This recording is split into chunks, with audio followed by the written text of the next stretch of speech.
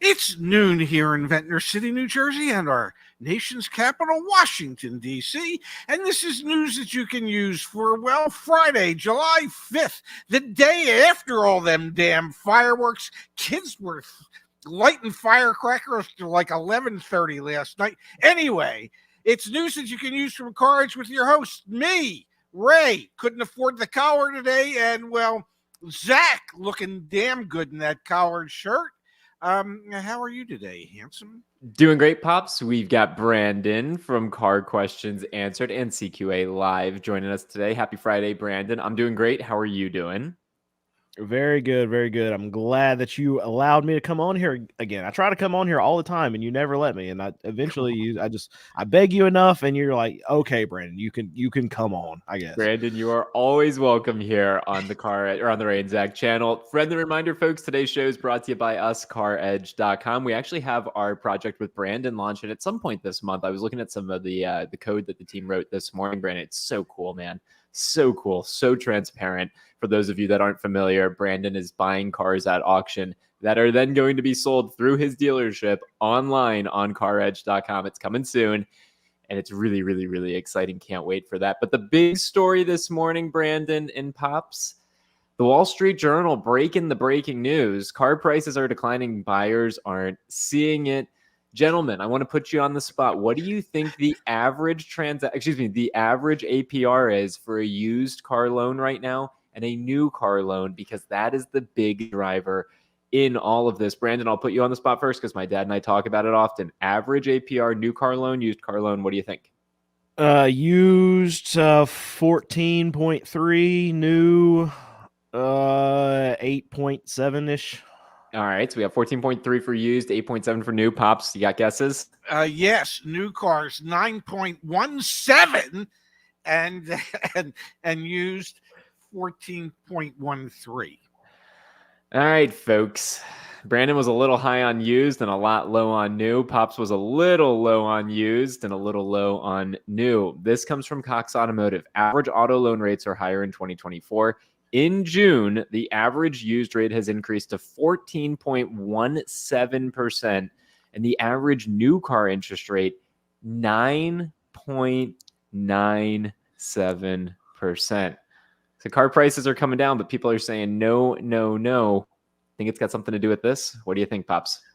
May I say that next time the Wall Street Journal wants to write an article about this, all they have to do is check the comments on our video. Every time we say prices are coming down, and every comment is no, they're not. So we can make life easier for the Wall Street Journal.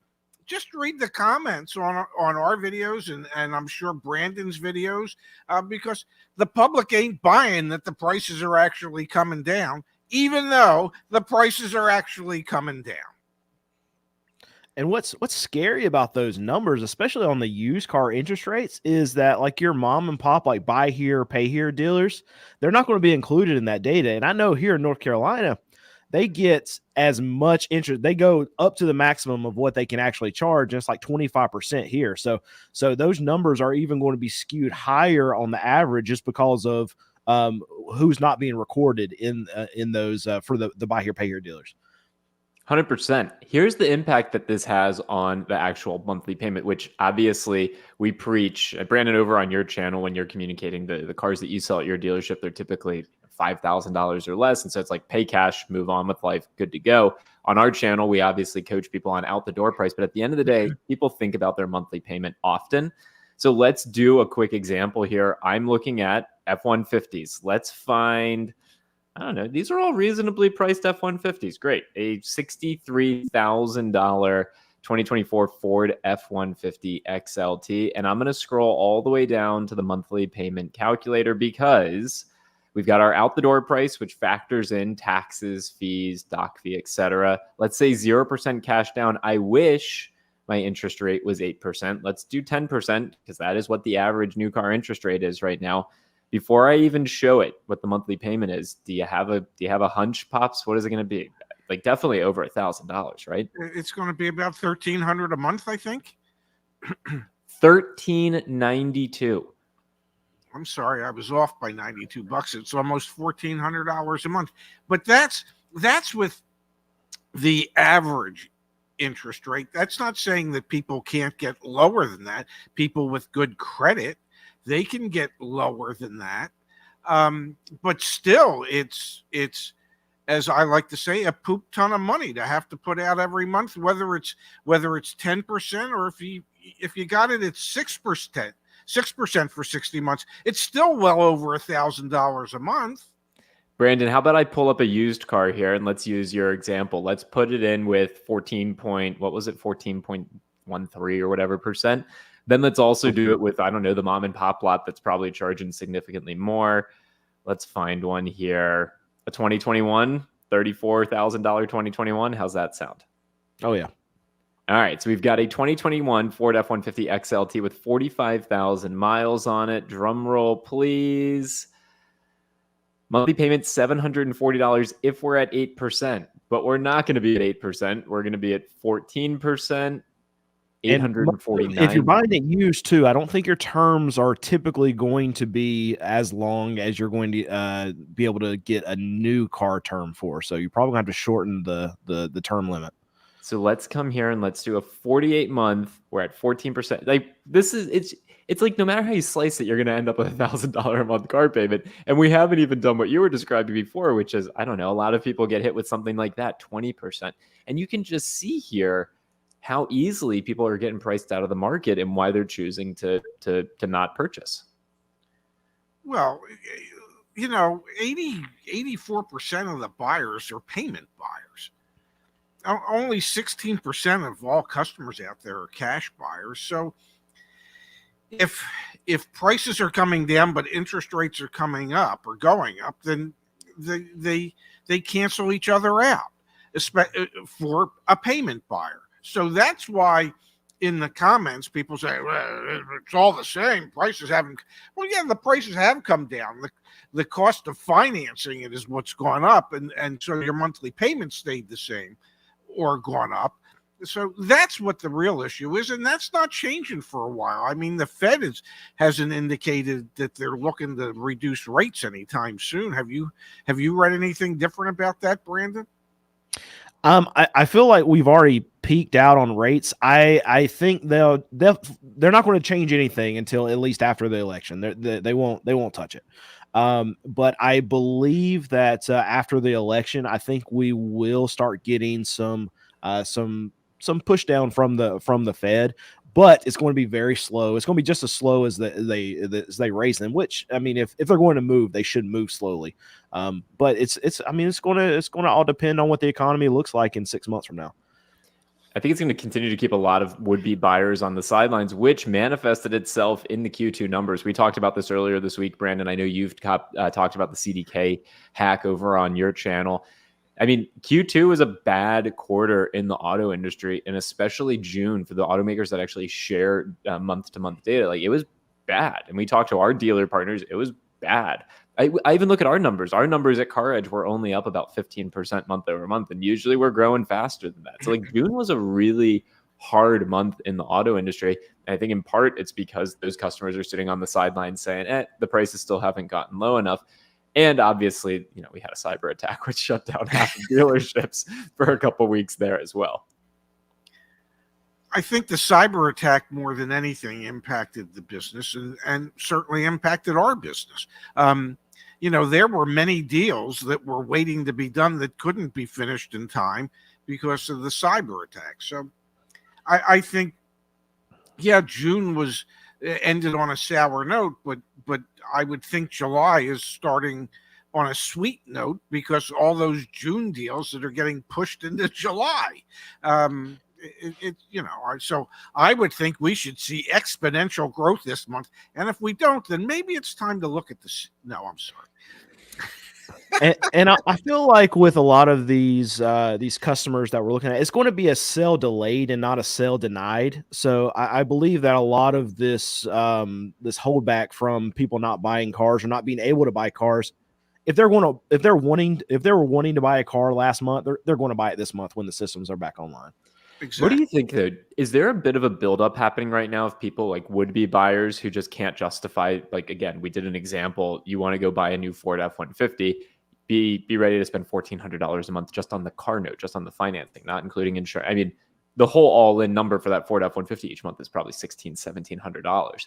Do you think there's a lot of people waiting on the sidelines for like December, expecting big incentives, big discounts? Like, I'm wondering if people are waiting till post-election, hopefully lower interest rates, hopefully continued buildup of inventory. I guess I'm wondering if there's a little bit of like a pent-up demand situation that's being created right now. Well, typically there's always a holdout of people who don't want to spend money before they see what happens to the election. No matter what side you're on, you want to wait and see what happens.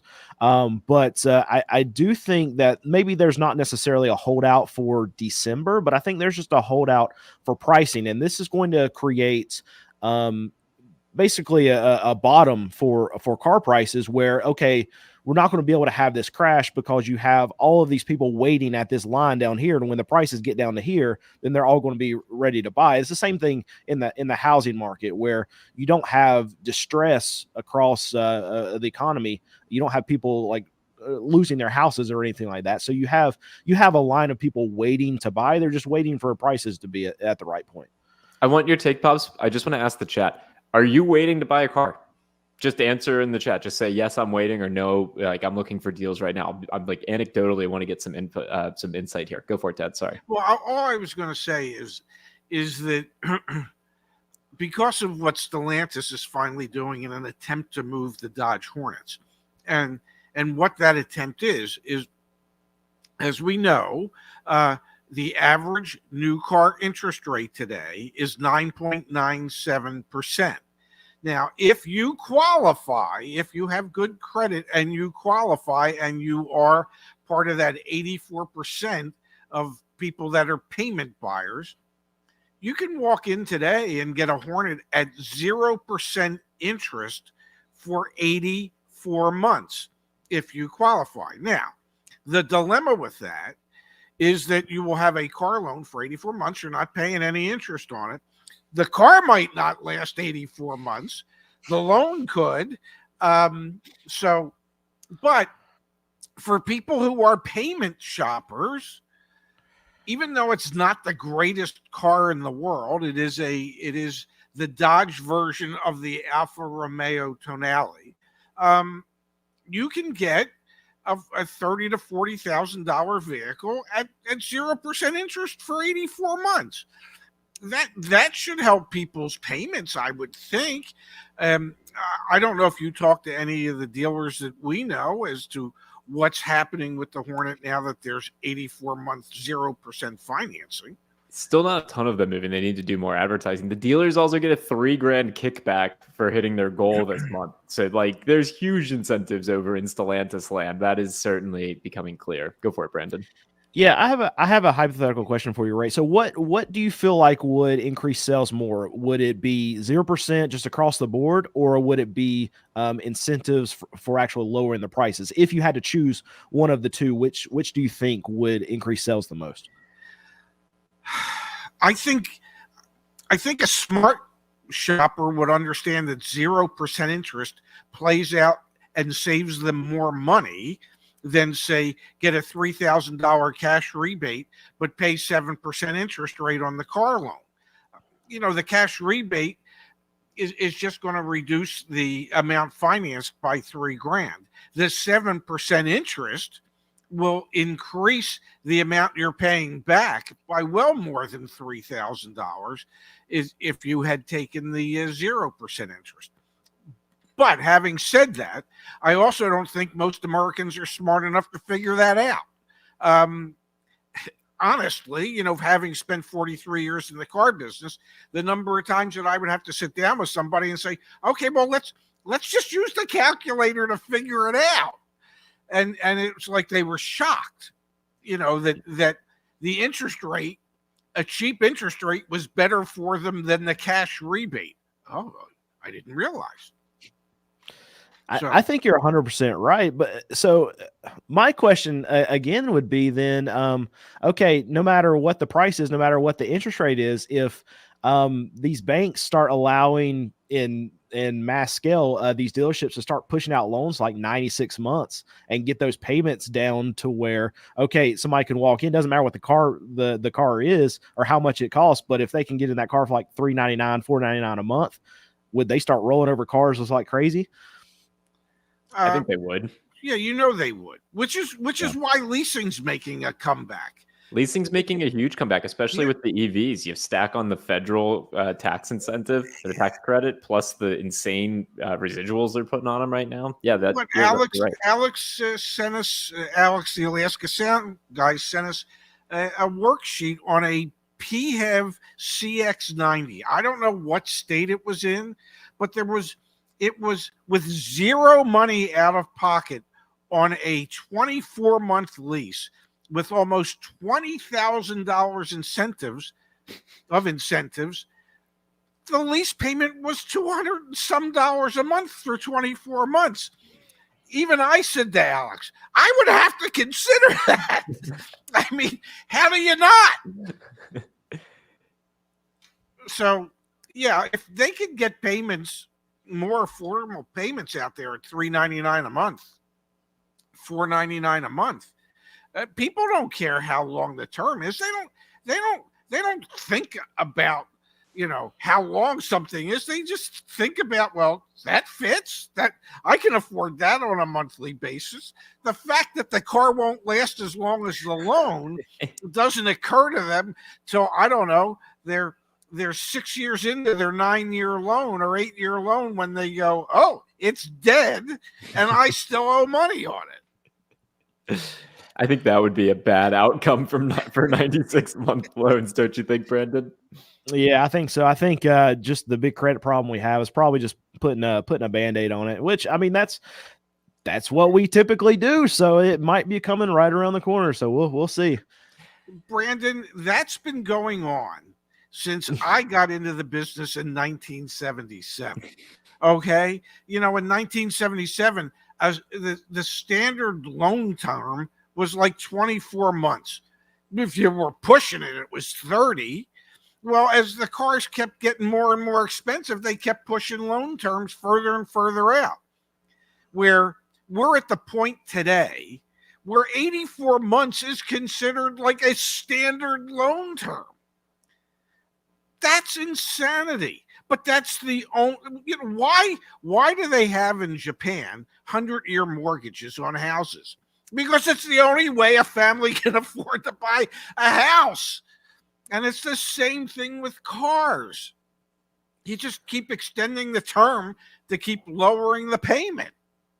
So here's a big problem, something that's kind of amusing. If there's some cars that are sitting on my lot today right now that I'm selling for under $5,000, that if they were sold with an 84-month loan, that customer would still be paying on it. Okay. Yeah, Gotcha. so I'm curious to see how the negative equity is going to actually happen when these cars are going to depreciate so rapidly, and then you're going to have customers that still owe. I mean, they're going to still owe so much more money than the car is worth through the whole course of the loan. Yep. But the people that are payment buyers, A, never think of that. B, don't really care. And C, assume that when it's time to get out of that loan that could very well be 84 months or 96 months, that when it's time to get out of that one, they'll have a loan term available for 108 or 120 months. I mean, because that's why I believe leasing should be more popular than it is. If 84% of the buyers out there are just payment buyers, and they never ever actually own their car, they're just always going to be making payments, aren't they better off just making payments on a particular vehicle for 3 years and then they can get into their next vehicle? Doesn't that make more sense than putting yourself in the position of an 84 or a 96-month note?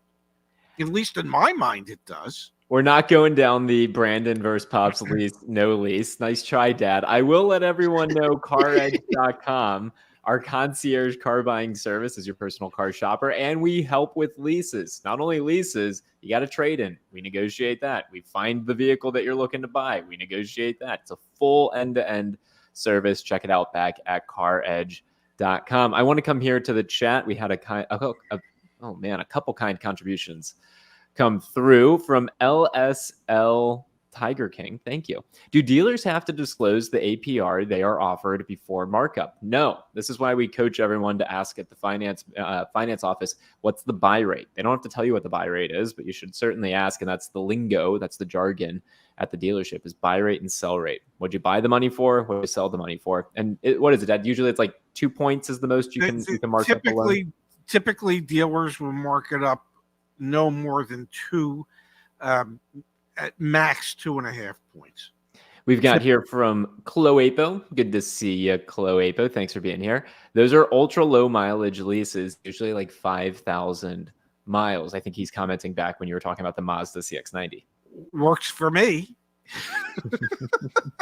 There are certainly some people who that makes sense. They can do a 2,500 mile a year lease. For me. We've got here from Rich Diana. Thank you, Rich. Appreciate it. Ray, I'm 73 too. Congratulations, Rich, on making it to 73. And I'm waiting for a good deal on a Nash Rambler. Oh my God. That's what my father used to drive when I was a kid. Really? Yes. That's pretty funny. Yeah. Hey, just to go back, I asked in the chat earlier, guys, are people waiting, or are they in the market to buy a car right now? Most of the responses were people waiting. So I'm just throwing that out there. I do think there's a little bit of, y'all are going to hate me, going to call me bubble boy. I think there's a little bit of a bubble building up because those interest rates are so high, because the monthly payments are so high, and because obviously the MSRPs of these vehicles, the new vehicles and list prices of used vehicles are so high. So I wouldn't be surprised if the auto industry is setting up for a really strong Q4 when all the incentives are let loose. The dealers are really negotiating hard. I will be very clear. There are still deals to be had today. It's just very interesting to see people waiting till the end of the year. Go for it. Go ahead, Brandon. Okay. Yeah. I think from what we were talking about earlier, you're going to have to see incentives come on the interest side and from them actually lowering the prices if they're going to move anything. Because right now people are sitting on their hands. I mean, we'll talk to a lot of franchise dealers, and they're hurting right now. I know a lot of these manufacturers, they're still doing okay, but dealers are still taking cars. Yeah, definitely. I see people talking about the tracks in the chat, for example. That's actually one of the vehicles where did I freeze on y'all? Yeah, but your voice sounds good. Give me here. Yeah, right, there you are. You're back. I was talking to one of our dealer partners, Brandon, who has a bunch of Chevy tracks right now, and he's like, Zach, help us. Like the payments are good on them, the price point's good on even affordable vehicles like the tracks. They're getting stocked up of, and they need to move from. Pops, this is right up your alley from Michael. I'm confused about Maryland leases. Do you pay tax on the whole vehicle up front? That seems odd. It does indeed seem odd. It seems very Maryland-y to me, but that's exactly how they do it. Whatever the agreed upon selling price is, you pay tax on that amount up front, and it's factored into your lease. You're not paying sales tax or use tax on a monthly basis, which is why, at least in the state of Maryland, if you trade in your leased vehicle the next time around, we lost Pops. And he's gone. See, talking about leases. Don't lease, people. Don't lease your car. He's laughing. Look at him. He's laughing. I am indeed laughing. There we go. But yeah, you would get a tax credit if you traded a leased vehicle in Maryland because you paid tax on it already. Yep, absolutely. Want to come here from Larry. Thank you, Larry. Had a Stellantis dealership tell me they could not give me an out-the-door price over the phone for a car that had been on their lot for over a year. Brandon, you are an active current used car dealer. Help us make sense of this. Why? This is ridiculous. So I actually went to a dealership, did a live about it 2 days ago, to try to buy. They had a used car that I was interested in, and I wanted to go buy it. And I called and I said, okay, I know you're going to have some kind of fees, whatever. Just let me know what they are before I get there, so I know how much money I need to bring, whatever before we negotiate. And they're like, well, I can't give you the fees over the phone. I was like, what? I just, please, bro, just tell me what the price of the car is going to be. I want to buy it from you. I want to pay you money for this car. Tell me how much it's going to be. Well, I'd lose my job if I told you the numbers over the phone. I was like, okay, well, don't do that. I don't want you to lose your job. Just tell me what your add-ons are. How much are they? Well, we've never lost a customer over our added fees. And that's not what I asked you, dude. Just how much is it? Just tell me. Please help me. Please help me. Please just tell me how much your fee is. And I can't do it, but I'll guarantee you that I've never lost a customer because of how much our fee was. He just did, didn't he? Yeah, well, I went there and I tried to buy the car, and a $13,000 car turned into an $18,000 car, just like that. So he didn't want to lose his job, but what he did is he lost a customer instead. All right. And they're wasting my time. Dealership. And may I say, when a dealer personnel says, I can't, what they're saying is, I won't. They can, they choose not to. And then dealers wonder why customers hate trying to buy a car the way cars are sold in this country. There's no mystery here. Answer the damn question. Make your price competitive enough and compelling enough that with all the fees and everything, the customer would still want to buy the car from you. It's that simple. It's not hard. Not hard. And to Larry's point, they had that vehicle over a year, so you'd think there'd be even more incentive there, but evidently not. Again, so excited for when we launch with Brandon later this month, the ability for you to buy his cars on CarEdge.com. Do you think there's going to be any hidden fees? Do you think there's going to be any crap? Like, yeah, it's the polar opposite of what you experience. And guess what? You're not going to have to call and ask about a price. It's going to be freaking there on the website. Crazy concept, man. From Matthew Hoskin. Thank you, Matthew. Really appreciate it. Land Rover Lemon Law case not quite done, but when it is, I'll be sitting pretty with about $40,000 down on a new $70,000 rig with 800 credit score. Should make for a responsible subvented payment. Yeah, there you go. The perks of being a Land Rover customer. You get to get a nice payment out of that Lemon Law case. That's one way to think about it. We've got from OMAC. Thank you, OMAC. Appreciate the contribution. What's the latest on the CDK hack? Resolved. Allegedly. The headline on Automotive News this morning was, it's resolved. Now CDK has to rebuild trust.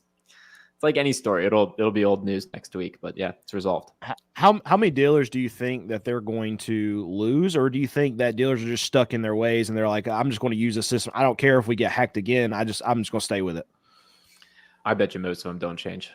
I would think probably about 15 to 20% will be making a change over to Reynolds and Reynolds or one of the other DMS systems. And some, obviously will stay put. And then as the lawsuits continue to pile up and the lawsuit losses pile up for CDK, ultimately, every CDK dealer is going to end up having to switch anyway, because at a certain point, CDK is going to be bankrupt and they're going to go out of business. So, there'll be another provider come in and buy them out and just, roll it straight over. Yeah, the assets aren't going anywhere. It's going to be the same system with a different logo in the top left corner. But I don't think you're going to see much change. But it is good news for people who want to go buy cars, or more importantly, even service your cars, things like that. There should be resolution on that front. We've got from Charles here. Thank you, Charles. Does it ever make sense to lease a car for cheap with a low mileage amount and then purchase the car outright at the end of the lease? Shout out to Brandon from Noda. Yeah, that's close to where I'm at. Love it. Dad, this doesn't typically make sense, right? If you're going to lease a car, you're not leasing it to buy typically. Well, typically you're not leasing it to buy. And if the idea is to take advantage of a low mileage lease and then put way over mileage on the car and buy it at the end, what you're buying when you lease a low mileage vehicle, the residual is so much higher. So if you put way more miles on it than what the lease called for, and you're paying a really high residual value to buy it at the end, you were so overpaying for the vehicle that now is a high mileage vehicle. Yeah, The short answer here is don't do that. no. Just don't do that. Yeah. Let's just give them the short. No, we've got. How about not trying to do a math equation to buy a car? Just buy a car. There you go. Exactly. Yeah. Here's hold up a second. So you were asking about leasing earlier, about more people are going to be leasing. This is the most leasing questions that I've ever seen in one of your shows. Yeah. So I think it is going to become more popular as payments stay as high as they are. Definitely. From Cloapo here, and then we've got two more things I want to touch with you guys. Opinion. Friend wants a 2018 Ford Raptor or 2018 Nissan Titan Pro 4X. Same mileage and interior as Raptor is $7,000 more out the door. What would you guys choose? Pros and cons. I'm out over my skis. I don't know anything about performance pickup trucks. Like I'm not a Baja racer or anything like that. The Raptor probably would hold its value better, would be my guess. But I don't know. Do either of you know anything about these types of vehicles? Go ahead, Brandon. I think the Raptor's a better truck. The Titan also got discontinued, and there's a reason why it got discontinued. So I would go with the Raptor over those two. And the Raptor is going to retain a higher percentage of its value moving forward. Now, will it retain $7,000 more? I don't know, but it'll always be more desirous than the other. Yeah, definitely. We've got from Taker. Thank you, Taker. In the UK, advertised prices have to include taxes. We have the FTC CAREdge rules here in the United States. They wouldn't include taxes, but they are to clean up online advertised prices. Again, thank you to all the shady dealers out there for keeping CarEdge in business. This is how we're able to do what we do. Yeah, it's really incredible that there's so much crap out there. All right, speaking of crap, two things for you guys. First, this is up in Canada, so keep that in mind. 2024 Toyota Tacoma Hybrid TRD Pro, $96,900 Canadian. So it's about $70,000 to $75,000 American. I was just shocked when a community member sent this to me. Like, the Tacomas are building up. There's a buildup of inventory here in the United States. There's a recall in the prior model years. And there's a dealer up in Canada trying to get 100 big ones. But that's Canadian dollars. That's what it is. Okay? It's the same $70,000 truck here. It's just Canadian dollars. Are you buying a $70,000 Toyota Tacoma, Pops? I'm just saying you can't compare U.S. dollars to Canadian dollars. It's even on the day after Independence Day? What? Even on the day after Independence Day? Even then. One other one for you both. We have a former NFL player in some hot water. NFL coach Antonio Pierce owes $28 million after his car dealerships collapsed. This is such an interesting story. They actually, there's Antonio Pierce, former NFL linebacker, now Las Vegas Raiders head coach. What's super interesting here is that their dealerships were selling vehicles out of trust, both Nissan and Hyundai, meaning that they were not repaying the floor plan loans when they sold vehicles.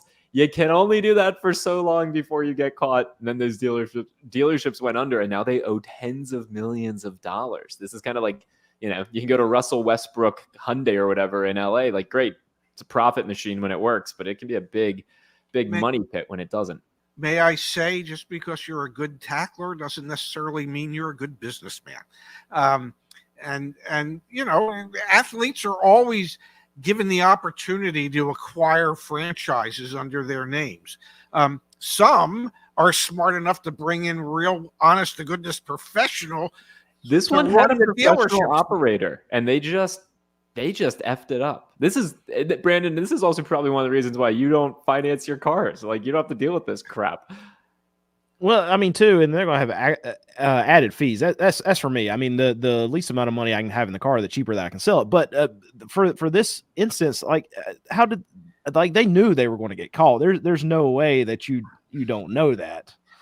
Didn't this happen to one of your former employers, Dad? Like, weren't they selling cars? It did indeed. It did. I had already left, but yes, he ended up having to sell his Acura and Nissan stores because Yeah, he was selling vehicles out of trust, meaning he wouldn't necessarily tell the lender that he had actually sold a vehicle and paid it off when he should have paid it. He didn't pay him off. It's like a momentary get rich quick scheme. Like, think about it. You sell a car. Yeah. You floor plan a $50,000 car, so you're out 50 grand. You sell it for 55. Now you've got 55 in your bank account. You don't tell the finance company that you have 55 grand to pay them their 50. Like, you can live large for that month or 2 months or 3 months or however long you keep that scheme running. Until they come in and they do a floor plan check. And what a floor plan check is, they go on the lot and they touch every car, and every car that's not there, that's still allegedly on floor plan, they go, where's the car? Where's and after like the 100th time that they go, where's the car? They go, we got a problem. We know where the cars are. You sold them. You're just not paying them off. And so I don't know if it's like this on the new car dealer side, but on the used car dealer side, these audits that they do, they actually charge the dealer a fee to come out there and check their cars too. Wow. So even if they're doing an audit where there's like they don't even suspect anything, they still do these regularly, and then they charge the dealer a fee for them to come out there to check to make sure they have the cars on the lot. I always loved floor plan day because I'd have to sit down and we'd go over which vehicles we had recently sold. We sold it yesterday or the day before. Here's the paperwork, and or it was somebody's demo. But yeah, you have to be able to produce either the deal so that you can show it's about to be paid for, or the vehicle. And in these cases, they could produce neither. So. We've got a couple more contributions that came in, so we're going to stay on for just another few moments. Thank you, Brandon. We appreciate you joining us today. And a friendly reminder, our show today is brought to you by CarEdge.com. All the stuff we're talking about, we can help you out with back on the website. Please take a peek. We've got here from Matthew Hoskin. Matthew saying, I disagree on Select appreciating 911s if the mileage are low. I guess when we were talking earlier about, it says there are specialty vehicles out there. Yeah. There's always exceptions to every rule. Except for leasing. Well, no, he was talking about that on a lease.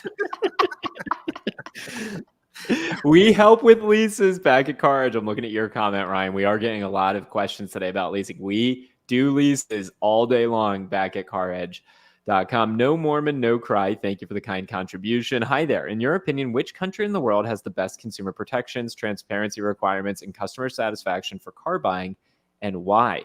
I'm out over my skis on this one too. I'm very knowledgeable about the United States.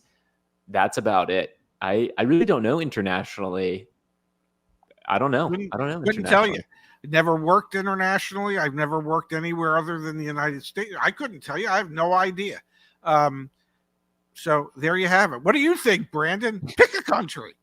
I mean, I've been to South Carolina and down there. I mean, their stuff's pretty. It's easy to buy a car there, so that's where I'll have it. I'm going Georgia because not only is that a state, it is also a country. So could be Georgia. That is my guess. No Mormon, no cry. From Fly Shopper Fly. Thank you for the kind contribution. Love Brandon, aka Car Questions Answered. That's awesome. Thanks for sharing that. Fly. Oh, may I say one thing before we go? Of course. So, I was on the train last Saturday going down to Washington to visit my children, and I always bid up to get first class for less money. And part of the deal in first class is they feed you a nice meal and all the drinks you want. And I thought to myself, I think I told you this, I got a nice Woodford Reserve. I'd never had that before, but I saw it on the menu and I said, my buddy Brandon drinks that stuff all the time. He looks pretty damn good for somebody that drinks that stuff all the time. I think I should try one. And you text me. You did tell me. You text me as soon as you got it. Yeah. Yeah, and it was good. It was really good. You That's know, love it. awesome, Dad. I don't I know gotta stay that. away from it, but I love it. The truth be told, it would probably be cheaper for me just to go out and buy a bottle than to bid up to get the first class. Yep. Probably, Pops. Yeah. Probably. Cloepo, thank you. If Cloepo follows Brandon, so should everyone. Look at you, man. You're getting all the love here. Thank you, Cloepo. Happy Friday to you. Hey, stop sending money. We got money. We don't need any more money. We're Keep good. your money. We're good. We good. appreciate it. Thank you very much. Car questions answered and take her. Thank you.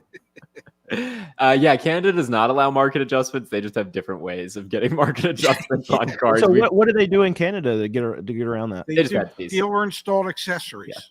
I got it. Yes, there's no market adjustments over MSRP. It's just accessories and add-ons and fees. All the same crap that we deal with here. It's just in Canadian dollars. Huge shout out to Nate, who I met last night when I was watching the fireworks down on the National Mall. He turned to me, he's like, CarEdge? I was like, thank you, Nate. That's awesome. So huge shout out to Nate last night. Happy 4th of July. Happy Independence Day. Enjoy the upcoming weekend, gentlemen. And Brandon, thanks for spending time with us. We really appreciate it. Dad, you look great. I love you very much. Brandon, you also look great. I love you a little less. And he feels very strongly about you. I don't know that he would put it in the same terms as love, but he feels he tells me all about it offline. We can talk about it. Well, our relationship we're in a situationship, you and me, Brandon. Yeah. Is that fair to say? I don't even know what that means. Goodbye, everyone.